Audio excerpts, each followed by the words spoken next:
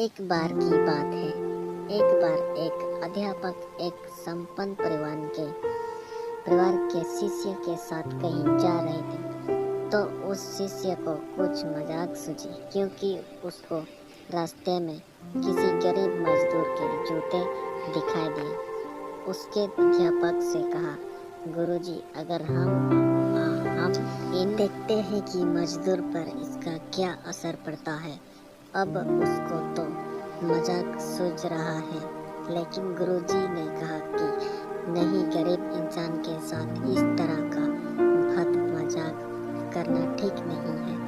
उसने कहा, क्यों ना हम इन जूतों में कुछ सिक्के डाल दें और देखें कि इसका इस गरीब मजदूर पर क्या प्रभाव पड़ता है।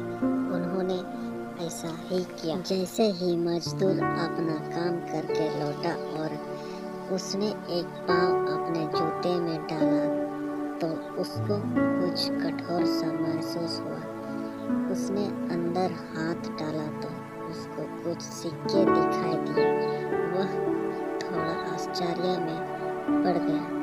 आसपास किसी को देखा तो कोई भी दिखाई नहीं दिया। वापस उसने दूसरों पर अपने जूते में डाला और वापस उसको उसमें कुछ सिक्के दिखाई दिए।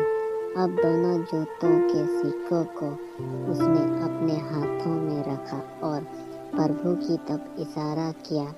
हे प्रभु, पता नहीं किस भले मनुष्य ने यह सिक्के मेरे जूतों में छुपाए हैं, लेकिन जिसने भी छुपाए हैं उसको मेरी दुआ दे, ताकि इन पैरों से मैं अपने बच्चों और अपनी पत्नी के लिए कुछ खाना और दवाइयाँ ला सकूंगा। और इतना बोलकर वो चला गया।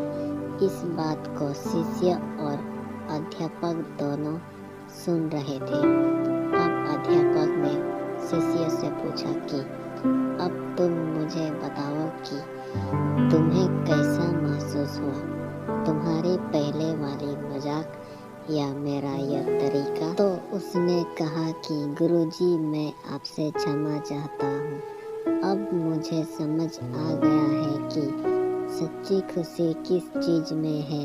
जब हम किसी की मजाक उड़ाते हैं तो हमें कुछ पल का आनंद मिलता है, लेकिन इससे हमें बद्दुआ मिलती है। लेकिन अगर हम किसी की मुश्किल परिस्थिति में मदद करते हैं, उसको भी नहीं पता कि हमने उसकी मदद की है, लेकिन अंदर ही अंदर हमें पता है कि हमने उस इंसान की मदद की है।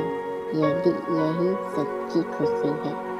जब हम दूसरों को खुशी देते हैं तो हमें सच्ची खुशी मिलती है। इसी तरह खुशियों बांटते रहिए, लोगों की मदद करते रहिए और दान करते रहिए, जिसके भी आप काबिल हो। जितना भी आपसे बन पड़े दान करें, लेकिन दान जरूर करें। इसका मतलब यह नहीं है कि आपको कंपलसरी या अनिवार्य रूप से इतने रुपए दान करने ही चाहिए, क्योंकि